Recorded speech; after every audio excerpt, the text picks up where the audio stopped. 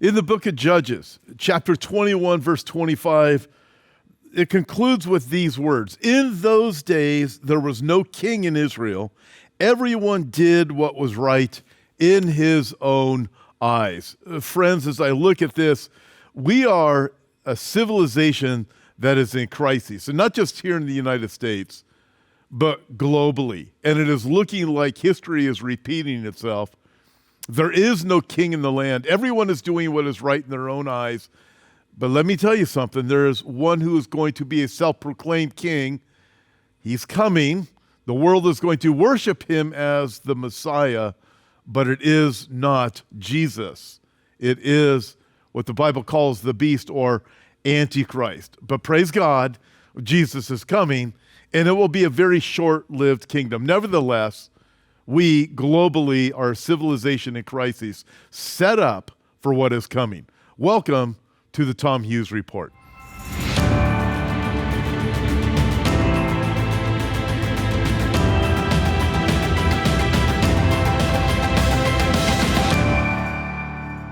So let's work through this. We have a few different points we're going to look at. And the first one is this. It's the absence of moral leadership leads to cultural collapse. So let's start, for example, with the Hamas sympathizers. If Hamas sympathizers in the United States and Europe get their way, the atrocities of October 7, 2023 in Israel will soon be coming to your house. Mobs will come for you, your loved ones. Mobs intent on murder and rape. Their motto, globalize the Intifada. It means death to Jews and Christians everywhere. In fact, that term, Free Palestine, it's a death cult. It's a death march. And a stunningly large number of Americans fully believe such violence is justified. In a statement from earlier this year, the Democratic Socialists of America, or DSA, wrote, Israel and the United States have carried out the genocide of hundreds of thousands of Palestinians. So before we even move on, just a reminder of this first point that we're looking at here, as we're looking at the subject of civilization and crisis, it's simply this. It's the absence of moral leadership, and it leads to cultural collapse. So with that, for years, people who hate Israel have accused it of genocide, even though the actual Palestinian people have thrived in Israel since it became a state. Then, when Palestinians from Gaza launched a major terror attack on Israel in October of 2023, Israel retaliated, and it has been horrible for people living in Gaza since then. But we have to remember that the Palestinians chose war. Israel did not want war and certainly did not choose it. Within days of the massive terrorist attack in Israel, Hamas began to demand a ceasefire, but Hamas and Israel already had a ceasefire. With the October 7th attacks, Hamas shattered it. And then adding to this, we have just witnessed the murder of 2 Jews in Washington, D.C. that worked for the Israeli embassy, and the terror attack in Boulder, Colorado, attacking those that support Israel and the Jews. And at the same time, a Harvard commencement speaker lauds classmate who assaulted Israeli student to whoops and cheers from the crowd. Wow, I mean, think about what is actually taking place. Friends, again, we're a civilization in crisis. And let's move on to number 2. Anti-Semitism is no longer hiding in the shadows. It is being celebrated in broad daylight. Going from there, Hamas expected Israel to strike back. They even expected an invasion.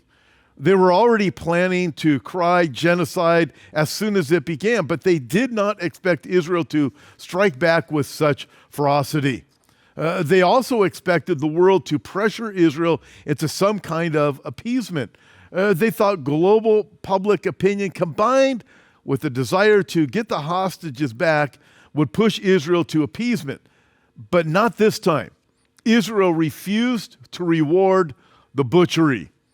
If they had given in to Hamas demands to get the hostages back, it would mean that every radical group in the world would see the taking of people as a legitimate way to gain political concessions. That would put law-abiding citizens around the world in danger. It would mean wholesale chaos and murder, especially against Jews and Christians.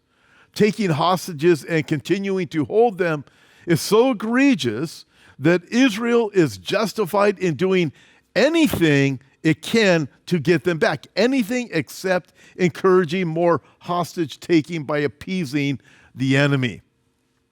Have innocent people suffered in Gaza? Yes. And it's horrible. It's also horrible every time a shipment of food and medicine meant for those people is stolen by Hamas. But does anybody talk about that? No, you don't hear it certainly on the mainstream media. In fact, the mainstream media portrays Israel has been evil as if they don't supply any food. Listen, for decades, the UN Relief and Works Agency known as UNRWA has controlled the distribution of humanitarian aid to Gaza. But after the October 7th attacks, we learned that the people hired by the UN to carry out the day-to-day operations of UNRWA have been infiltrated by Hamas. In fact, here it is, UN had Hamas operators within their own ranks. And they even knew about it.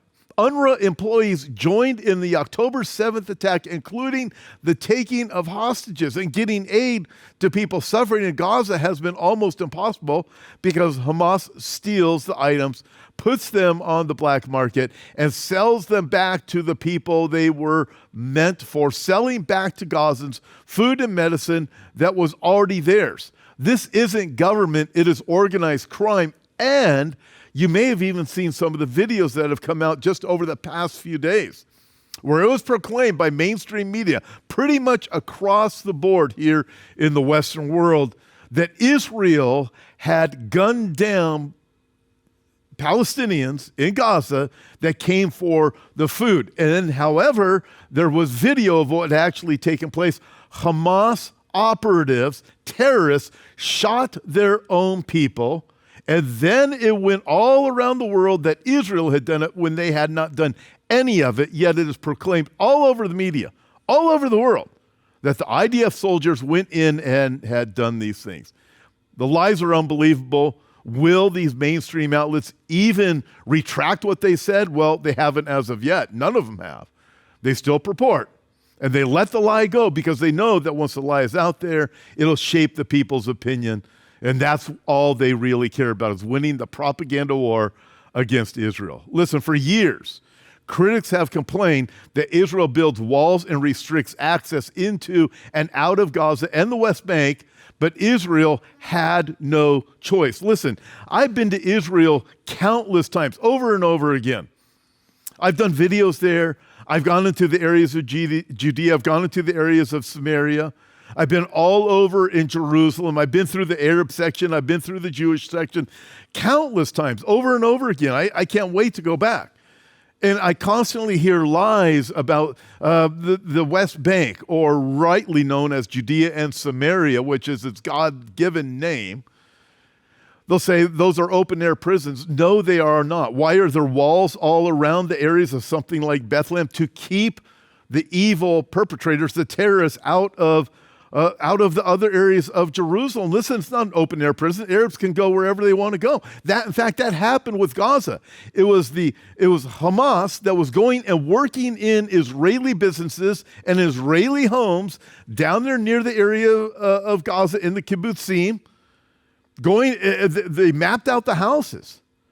And then they went back on October 7 and they committed their atrocities. These are not open-air prisons.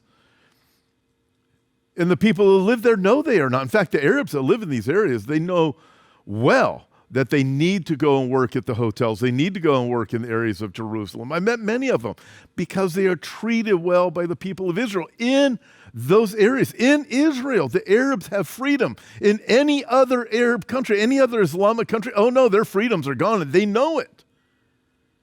Wow. But in Israel, they have freedoms. But you don't hear about that. I've asked many people, go with me to Israel. Take a tour with me to Israel. Pay your own way. I'm not going to pay you. But go with me to Israel and see for yourself. You go out and you say all of these different lies. Go with me to Israel. We'll go to Judea. We'll go to Samaria. We'll go to Bethlehem. We'll go to the areas that are on the west side of Jerusalem and the east side of Jerusalem. We'll do both of them. And you'll see what the differences are, and you'll find out. Oh, wow, it's not an open-air prison like you've been lying. So go with me and see what it's really like. Nobody's taken me up on that offer yet. I'm not going to pay your way. You got to pay your own way. But meet me there. We'll take a tour. No one complains when American celebrities think through this. No one complains when American celebrities erect walls around their luxury compounds. American celebrities see their walls as a matter of self-protection. You can't just let anyone in. They might harm the celebrities, yet they cannot see that Israel erected certain walls for the same reason. Listen, the Vatican. There's walls around the Vatican. You can't get in unless you go through the right checkpoints, and you sure aren't bringing in any weapons, and you sure aren't going to stay there overnight, and they aren't going to let any violent act happen at all. But nobody says anything about the Vatican. Yet the Catholic Church at the Vatican, they want Israel to take down those walls that are meant for their own protection. They want Israel to go back to the pre-1967 borders, saying then they will have peace. No, Israel lived with those borders, and they were attacked, and and the people that came against them tried to destroy them, but it didn't work because God is with Israel. Listen, same thing will happen again. They don't want peace. As the psalmist cried out, I am for peace, but they are for war. With every Palestinian terror attack on Israel, the Jewish state enacted more protections. Do you remember the bus bombings of a few years ago? Do you remember the intifadas with the knifings of children and other vulnerable Israelis? Israel escalated their defenses in response to terror attacks. Defending your families is a God-given, God-approved right. And listen, when you look at the Bible, who did God give the land of Israel to? God made it very clear. He gave it to the people of Israel. In fact, over and over, repeated throughout the Bible, God says, Zion is mine. And he's given it to the tribes of Jacob. Who's the tribes of Jacob? His people, the Jewish people. In fact, if you go to the area of where I've been, it's hard to go there now, but there where Mount Gerizim and Mount Ebal are. Listen, you go to that area, Shechem is down below. As you look at the blessings and cursings from Deuteronomy chapter 27 and 28, and then you look at the proclamation from Joshua chapter 24, what do you have? You have 6 tribes of Israel on Gerizim, 6 tribes of Israel on Mount Ebal. You have the Levites that are down in the valley below with Joshua, and they go through all of the blessings and cursings, which read like a marriage covenant, like vows. And then what do the people say at the end? This will happen to us if we don't honor the word. Curses will come upon you. This is what will happen if we do honor the word. At the end, they say, we will, or like we would say in a wedding, I do. It was God's covenant. The people of Israel, the 12 tribes, 6 and 6, 6 on each side, entered into a marriage covenant that day of the land of Israel with God. It was a vow. God gave Israel that land, but you wouldn't hear that. Wouldn't hear that at all in mainstream media or almost on any social media at all. At Hope for Our Times, our mission is to spread the hope of Jesus Christ through the Word of God. Your generous contributions empower us to create impactful videos and resources that offer hope during uncertain times. We invite you to partner with us in our mission. If you feel called to support us, please visit our website at hopeforourtimes.com, where you'll find various ways to contribute financially. Additionally, donations can be sent by mail to Hope for Our Times, 1281 North State Street, Suite A311, San Jacinto, California, 92583. Your partnership directly fuels our efforts to develop new resources and connect with a wider audience. By partnering with us, you become an integral part of our mission to share the hope of Jesus Christ with a world in need. And now let's return to the Tom Hughes Report. By the way, the Jews only have one nation that's theirs. Islam, they have, according to Wikipedia, 49 nations, and according to other records, 57 nations. So whether it be 49 or 57, Israel, the Jews have one, and the world says they can't even have one. Not even one, and it's a very tiny country. 16 million Jews worldwide. Almost 2 billion Muslims worldwide.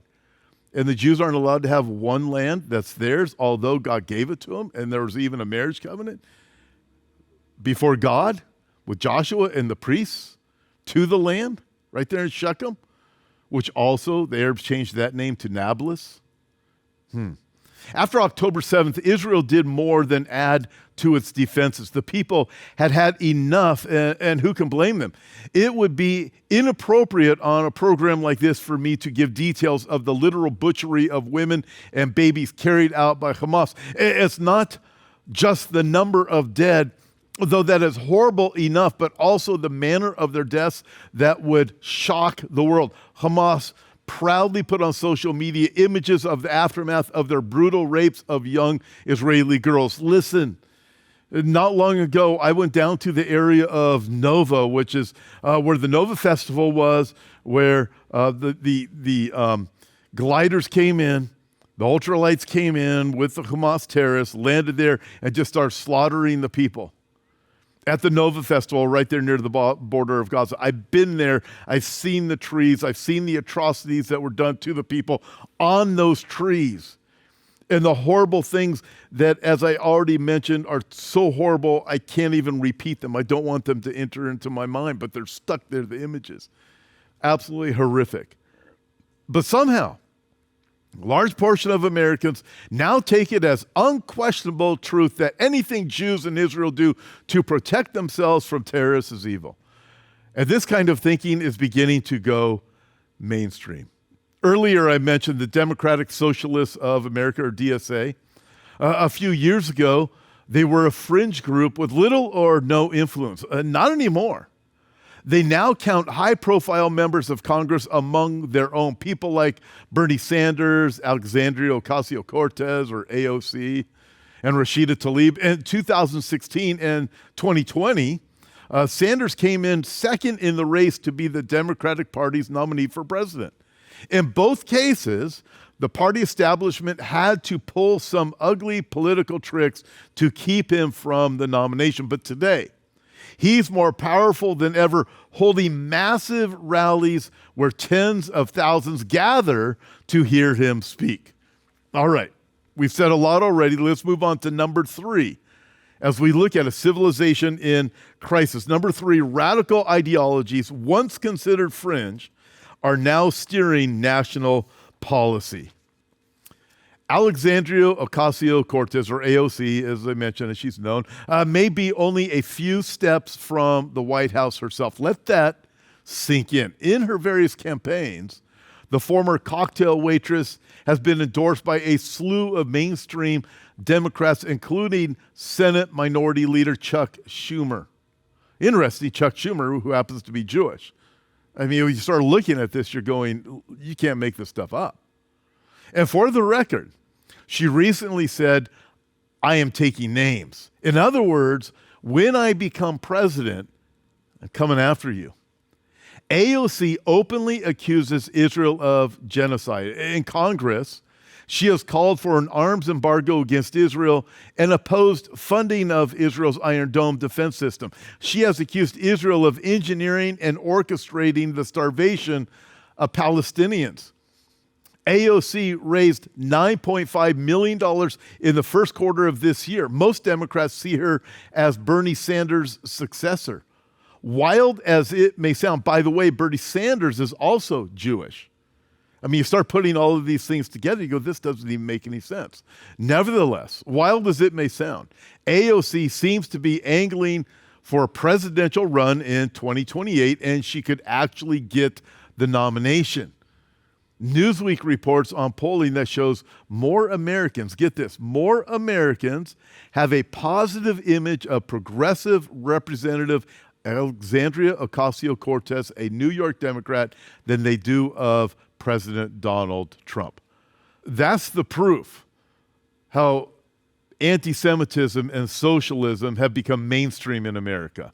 All right, number 4, propaganda is paving the way for widespread violence, again, as we're dealing with this subject, civilization in crisis. Again, number 4, propaganda is paving the way for widespread violence. A few days ago, Mike Huckabee blamed the fake news about Gaza sparking anti-Semitic violence in the U.S., and he is right. But somewhat surprisingly, DSA condemned the recent attack outside the Capitol Jewish Museum in Washington. It's surprising because most pro-Palestinian groups have been strangely quiet about it. That includes the Palestine Youth Movement, American Muslims for Palestine, and Within Our Lifetime.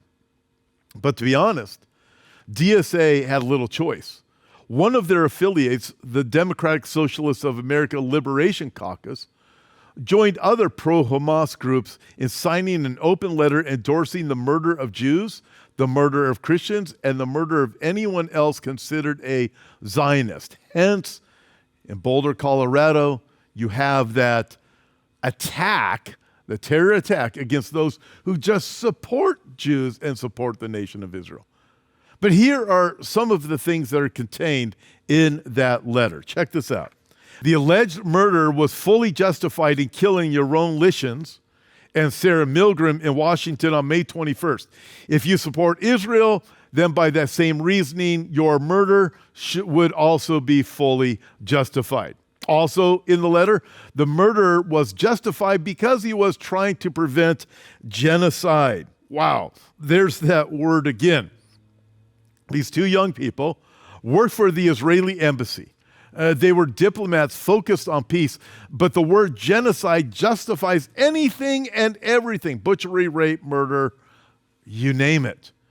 The letter states, Elias Rodriguez's targeted attack on 2 Israeli diplomatic staff on May 21, 2025, get this, was a legitimate act of resistance against the Zionist state and its genocidal campaign in Gaza.